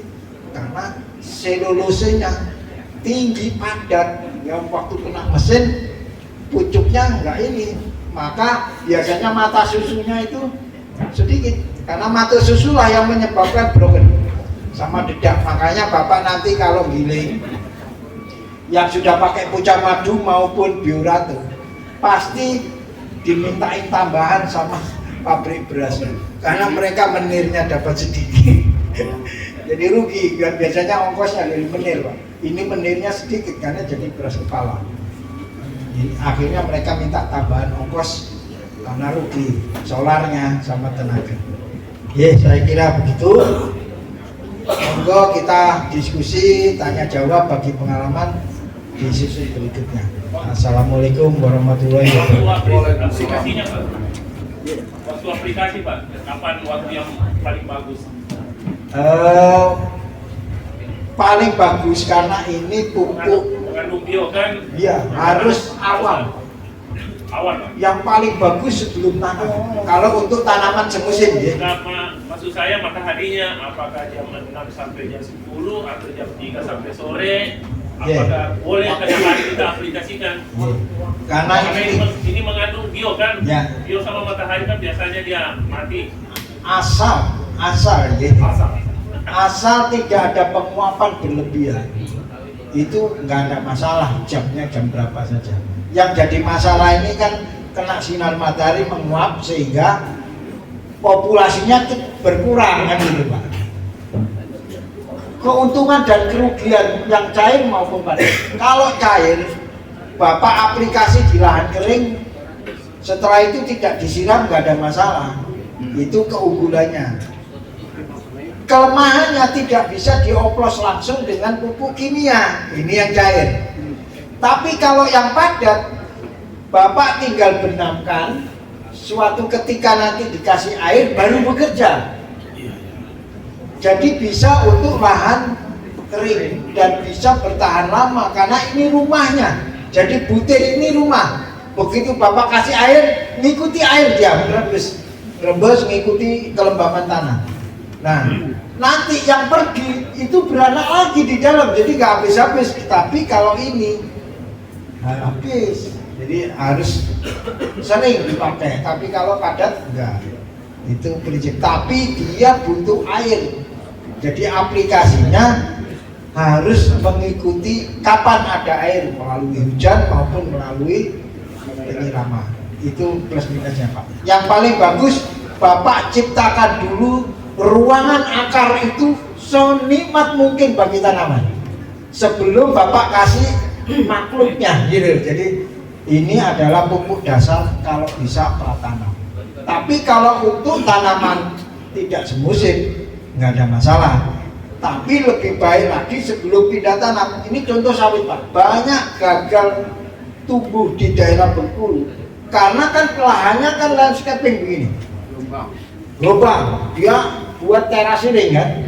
Nah, waktu buat terasiring lupa topsoilnya kebuang, langsung dipindah tanam, jadi langsung tersiksa sehingga tanamannya kerdil atau tidak produktif. Makanya kalau bisa untuk tanah seperti itu sebelum tanam diciptakan dulu, dikondisikan dulu, aplikasi dulu ini baru pindah tanam, maka pertumbuhannya akan maksimal. Ya Pak Bapak, kita sesi tanya jawab. Terima kasih Pak Wasit. Aplausnya mana ini? Terima kasih kepada peserta yang masih setia ini ya. Semakin penuh sehingga tidak muat sampai di luar sana ada peserta juga. Ini waktu kita tinggal sedikit Pak Sigit ya, dari 1 jam ini saya rasa waktunya tidak cukup untuk tanya jawab. Banyak banget nanti pasti pertanyaannya sampai Pak Burhanuddin ini tidak sabaran, belum sessionnya sudah tanya. Padahal sudah saya siapkan amplop loh Pak yang bertanya ini.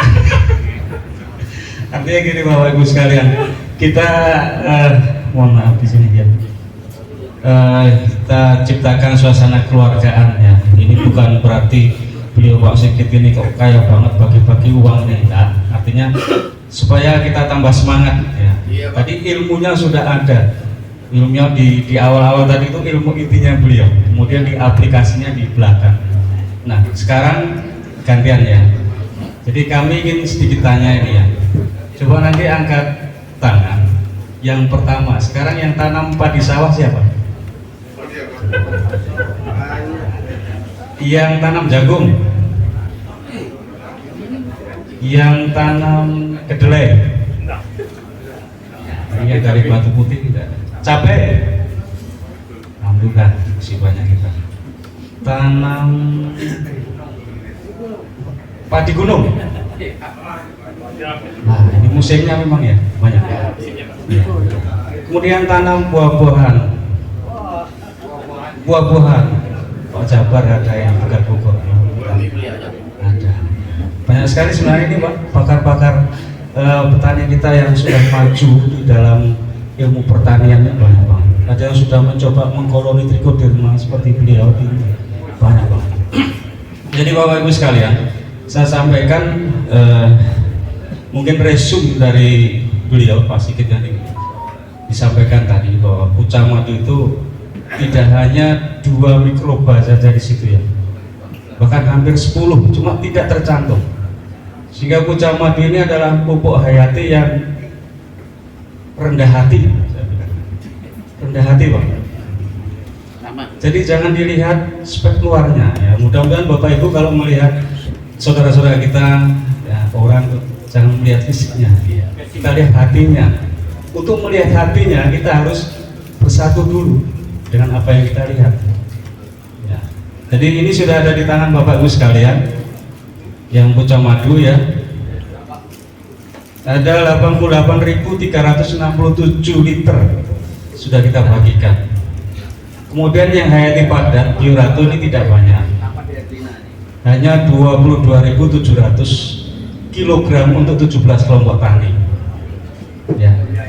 Padahal tadi sudah disebutkan oleh Pak Sigit bahwa Bioratu ini kalau dibilang kualitas itu lebih bagus dibanding pucah madu. Aplikasinya lebih mudah, bisa dicampur dengan pupuk kimia ya Pak, karena dia masih ada rumahnya, bakterinya tidak mati ya. Ya, saya lanjut lagi pertanyaan. Yang tanam sawit, angkat tangan aja. Iya, karena kita bukan otoritas pembuat kebijakan Pak ya. Ya, ini aja saja ya. Dari dulu setiap saya sosialisasi kita sampaikan, rumah saya itu di Dinas Pertanian Tanaman Pangan ya. Kewajiban kami juga menghimbau petani itu tanam di subsektor itu. Tapi kami tidak bisa melarang petani kalau mau tanam sawit. Tanahnya Bapak Ibu sekalian. Sehingga Bapak Ibu sekalian, tadi sangat saya sayangkan Pak Prof ada membocorkan gitu ya. Ya, jadi di sini ada diselipkan namanya bakteri Vibrio yang bisa untuk tanaman sawit. Nah, jadi apa namanya? Pesan saya, dulu kan tanaman pangan dan hortik dulu. Lihat dulu hasilnya seperti apa. Ya, ada 13 liter, yang 10 liter untuk tanaman pangan, yang 3 dicoba dulu di sawit. Monggo saja. Ya. Nah, itu. Jadi tetap ya, usahakan tanaman pangan dan hortik ini yang maju dulu, karena kita tidak makan buah sawit, tidak makan minyak goreng, kita makan beras yang dimasak jadi nasi Pak ya, bukan beras ya. Baik Bapak Ibu sekalian, sesi tanya jawab kita yang pertama kita berikan pada 3 orang penanya. Saya tidak tahu persisnya isinya berapa nih ya. 3 orang penanya. 1, 2, 3 ya. Saya duluan nunjuk gini, berarti Pak Juber, Pak nanti Pak Haji Mardan. Oke. Pertanyaan pertama Pak Juber. Mohon maaf ini jangan dilihat, jangan kosong. Oh ada. Ini 3 Pak ya. 1, 2, 3. Bukan berarti apa, ini hanya sebatas apa dari Pak Sigit semua. Tes. Terima kasih atas kesempatan berikan kepada kami. Assalamualaikum warahmatullahi wabarakatuh. Mungkin untuk mempersingkat waktu, mungkin kami langsung saja. Alhamdulillah Pak, ini sebenarnya kami petani yang kami sangat harapkan. Setiap ada produk yang diberikan kepada kami tentu ada penjelasan, tapi ini kami puas sebenarnya. Kami belum pernah menggunakan buca madu, tapi rasanya seperti sudah dengan penjelasan Bapak tadi. Kalau kami melihat dari kualitas, sangat luar biasa kelihatannya. Yang kami harapkan ke depannya, kami juga mengharapkan kepada seluruh petani-petani yang ada, kita buktikan. Apalagi tadi ada sedikit harapan kita bagi petani sawit ini. Tetapi lewat di sini kami menyampaikan ada pertanyaan kami. Ada tadi 3 hal yang disampaikan oleh Bapak tentang cara pengolahan. Tentu dengan hasil yang maksimal tentu kita mengadakan penggeburan Pak ya. Ada tadi menggunakan cangkul sekitar 15 cm, untuk kerbau 25 cm kalau tidak salah, untuk alsintan 30 cm. Yang menjadi pertanyaan saya, tanah kami pada khususnya mungkin Bapak sudah tahu Kalimantan, kadangkala kita menggunakan bajak. Di sisi lain kami mempunyai masalah, yaitu kenaikan zat besi atau asam. Nah ini, kalau kita menguraikan seperti apa sampaikan tadi, kita menggunakan bajak hanya 30 cm, sedangkan akar itu lebih. Itu yang menjadi pertanyaan kami. Seringkali kami terjadi menemukan hal-hal yang di luar harapan kami juga, seperti mungkin Bapak sampaikan tadi. Nah, yang menjadi pertanyaan saya, langkah apa yang kami ambil? Karena di sisi lain kita harus menggunakan tanah, tetapi di sisi lain ada negatifnya juga. Nah, yang perlu kami harapkan dari Bapak, penjelasan Bapak, langkah yang kami harus ambil, caranya bagaimana? Kami memperdalam akan menimbulkan suatu asam atau bagaimana? Mungkin saya harapkan Bapak bisa menjelaskan. Terima kasih. Assalamualaikum warahmatullahi wabarakatuh. Langsung saya jawab ya, supaya saya nggak lupa nih. Jadi kalau saya menempatkan tukang cangkul di sini, jadi tukang cangkulnya adalah bakteri, sehingga dia bisa masuk di pori-pori, celah-celah partikel tanah yang sekecil mungkin ke bawah mengikuti air. Jadi dia kalau ada air, dia akan terus berkembang. Makanya saya sering menyarankan, kalau untuk tanaman padi, cobalah TOT tanpa olah tanah. Seperti petani saya cabai, pakai mulsa. Kalau sebelumnya sudah pakai buca madu, mau replanting, ganti tanaman, nggak usah dibongkar mulsanya. TOT tanpa olah tanah, kocor lagi saja biar mikroba yang bekerja seperti saya jelaskan tadi, mengeluarkan getah sehingga menarik, mengumpulkan partikel tanah kecil menjadi butiran lebih besar. Kalau Bapak pakai nyangkul lagi, masalahnya sama, apalagi mulsa kan nggak murah, asal jangan jorok. Jadi jangan diinjek supaya bisa berulang-ulang, bahkan sampai nggak kuat plastiknya. TOT Pak. Karena pengalaman kami dengan Dinas Pertanian Karawang 6 kali TOT. Dalam rangka berapa sih bisa 0 NPK dan urea? Ternyata 6 kali. Jadi kita kurangi. Cuman ada kelemahan. Traktor nggak bisa masuk karena kedalaman gembur melewati batas roda itu Pak. Nanti bisa berenang seperti Pak Mul alami nih. Nanamnya sudah pakai papan. Karena sudah tidak, itu kelemahan. Saya tidak bisa menghindari karena tukang cangkul ini tidak bisa diperintah. Dia makhluk Allah yang mandiri, tidak ada pemilu, tidak ada pilkada. Mereka kita tempatkan, ada makanan, dia berkembang ke arah. Kira-kira itu Pak. Jadi TOT. Kenapa di sawit kita cocok? Karena nggak mungkin Bapak ngolah tanah di sawit. Kalau sudah ditanam, ya harus ditreatment. Ini yang membuat sekarang ini kebun-kebun sawit yang kaya maupun yang miskin hanya mampu memupuk 50% lahannya karena harga pupuk mahal. Maka solusinya saya berikan ini, kasih supaya bisa mengurangi pupuk sehingga 100% bisa teraplikasi. Dan yang kedua, membuat pupuk NPK sendiri dari limbahnya. Kira-kira gitu Pak. Monggo pertanyaan kedua.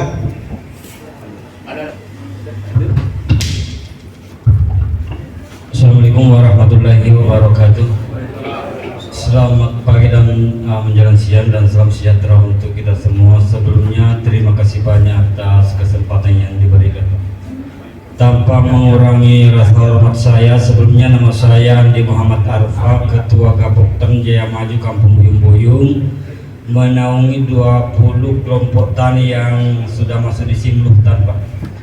Kebetulan kemarin mendapatkan bantuan POC Pucamadu sebanyak kurang lebih 493 kotak, dikali 12 liter berarti kurang lebihnya 5.916 liter.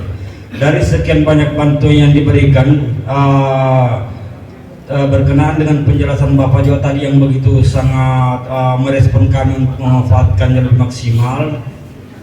Nah, ini kita lihat Pak bahwa Pucamadu ini atau pupuk hayati ini menggunakan biomikroba Pak.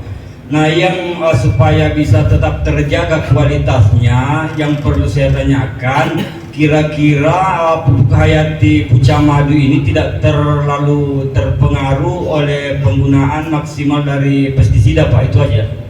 Supaya tetap kami bisa memanfaatkannya dengan maksimal. Karena kan petani-petani kita sekarang di sini karena melihat tingkat ketahanan hama, itu mereka terkadang Petani kita. Nah, yang menjadi pertanyaannya, apakah pucak madu ini akan berkelanjutan Pak, atau ini sekedar mempromosikan dan kedepannya apakah untuk mendapatkan Pucamadu ini mandiri Pak? Karena saya terus terang Pak, saya juga tertarik dengan pupuk Pucamadu ini. Jadi kedepannya Pak, apabila petani-petani yang ada di sekitar kita atau di sekitar kami sudah ingin dan seterusnya akan menggunakan pupuk Pucamadu ini, bagaimana Pak implementasinya dan bagaimana cara mendapatkannya Pak? Gitu.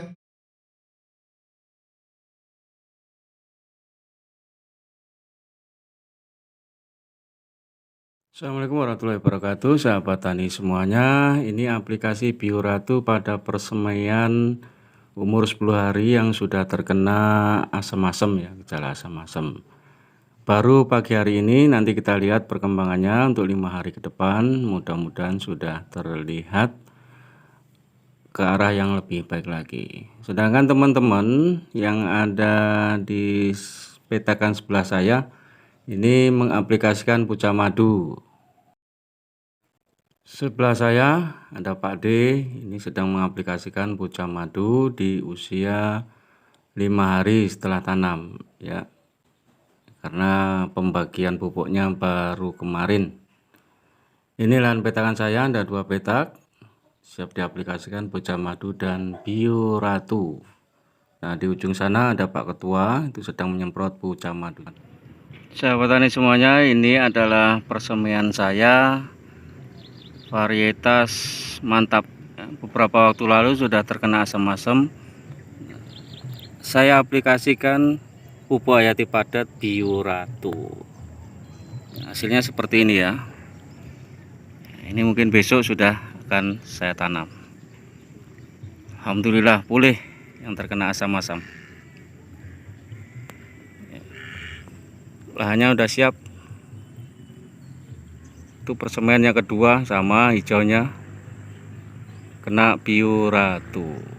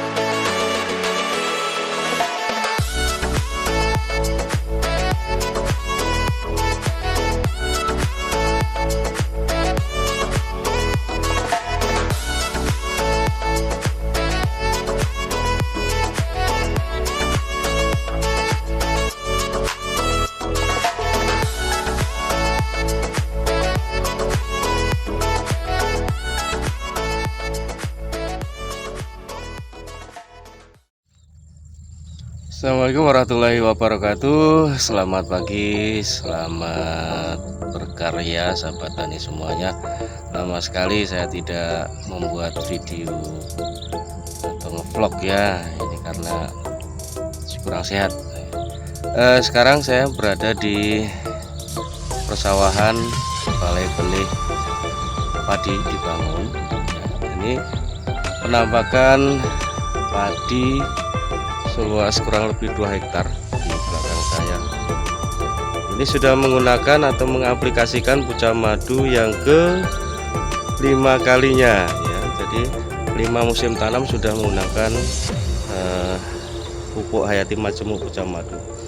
Terlihat nampak seger, hijau royo-royo dan anakan semakin banyak.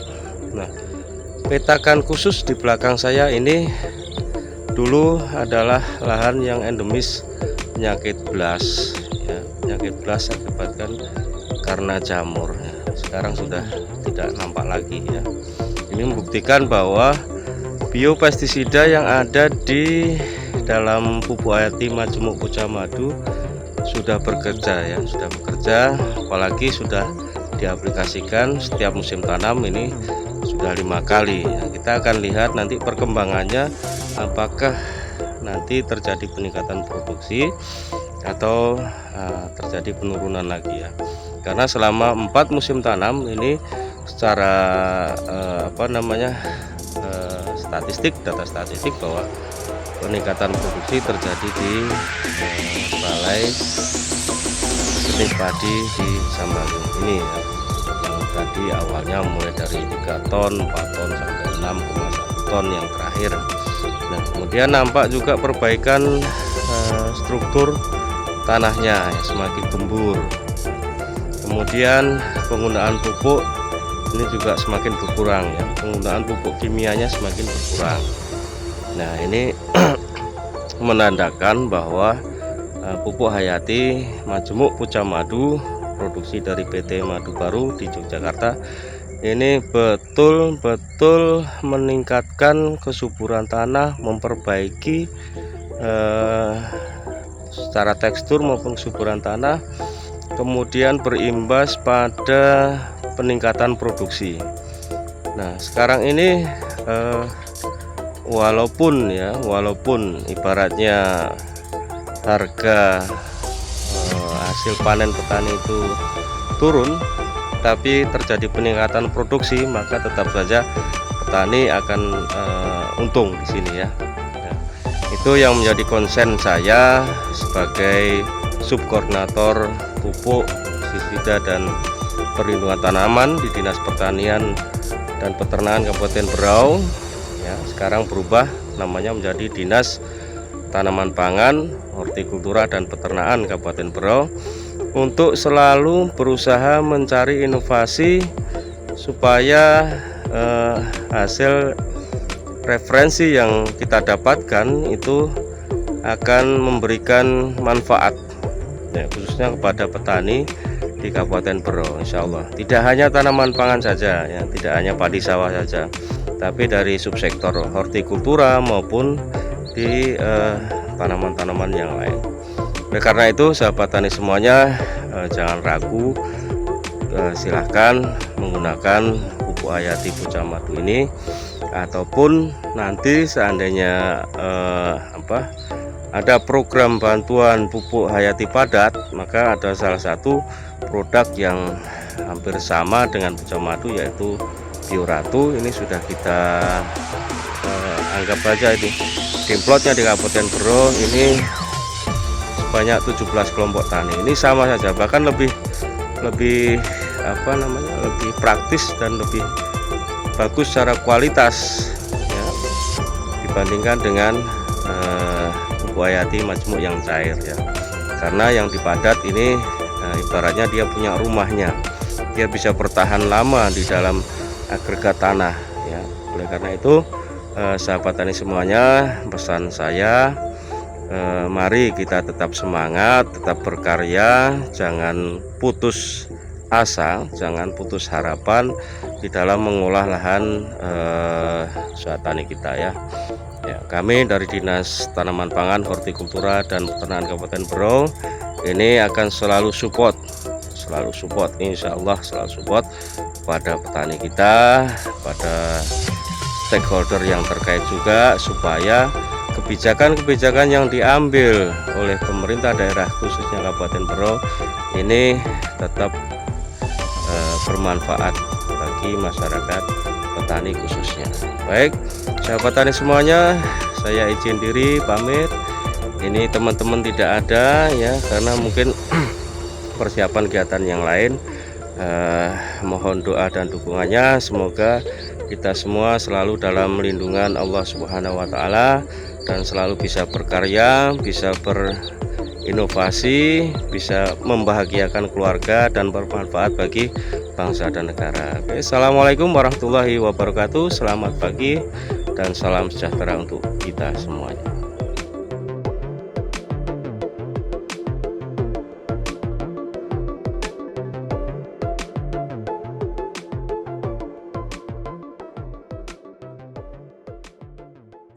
Petani. Jadi wonten TV ini kula dengar wonten Mas. Ini ki panen raya tapi petani jerit. Lah ya memang bener kan jerit. Pak Menteri bilang itu Februari Maret itu berapa ya? 1 juta hektar sawah panen kita ini. Ya kok lambi dialog iki anu niku. Wonten TV kok. Ada yang anu itu. Nggih wonten posting niku. Nggih wonten tiwan niku. Oh kaya bener ya. Petani jerit. Ya gimana ndak jerit sekarang coba? Gagal, katanya gagal loh Pak Mantun iki. Petani waya waktu pun nggih sing nek banjir niku. Nggih parimpun ngeten iki nek banjir ki ya godhonge kalek ketok gugur ki ya wis gagal ya. Pokoke kekancam gagal. Ya ora jerit piye. Sudah pupuknya susah. Non subsidi mahal, racun ya ganti harga. Nggih. Bukan naik, ganti harga.